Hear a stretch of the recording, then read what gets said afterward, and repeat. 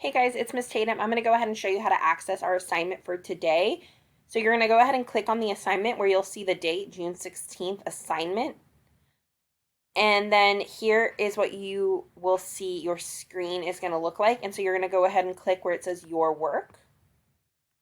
And you are going to see something that looks like this, okay?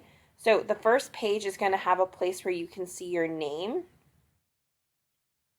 Let me zoom out a little bit. And you're going to go ahead and type your name here in the box. So you'll be able to do that if you just double click, okay? Then you will see your assignment, okay? So here's the small reading passage that you're going to read. If you need to make it bigger, there is a button over here called zoom. You'll click it and you can just press once and it'll zoom. Then you need to click out of it. So you can use these sidebars to go up and down.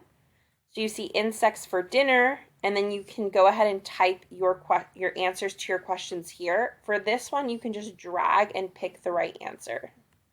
Okay?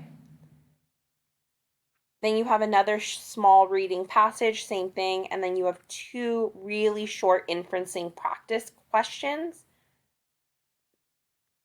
The how do you know part is text evidence, okay?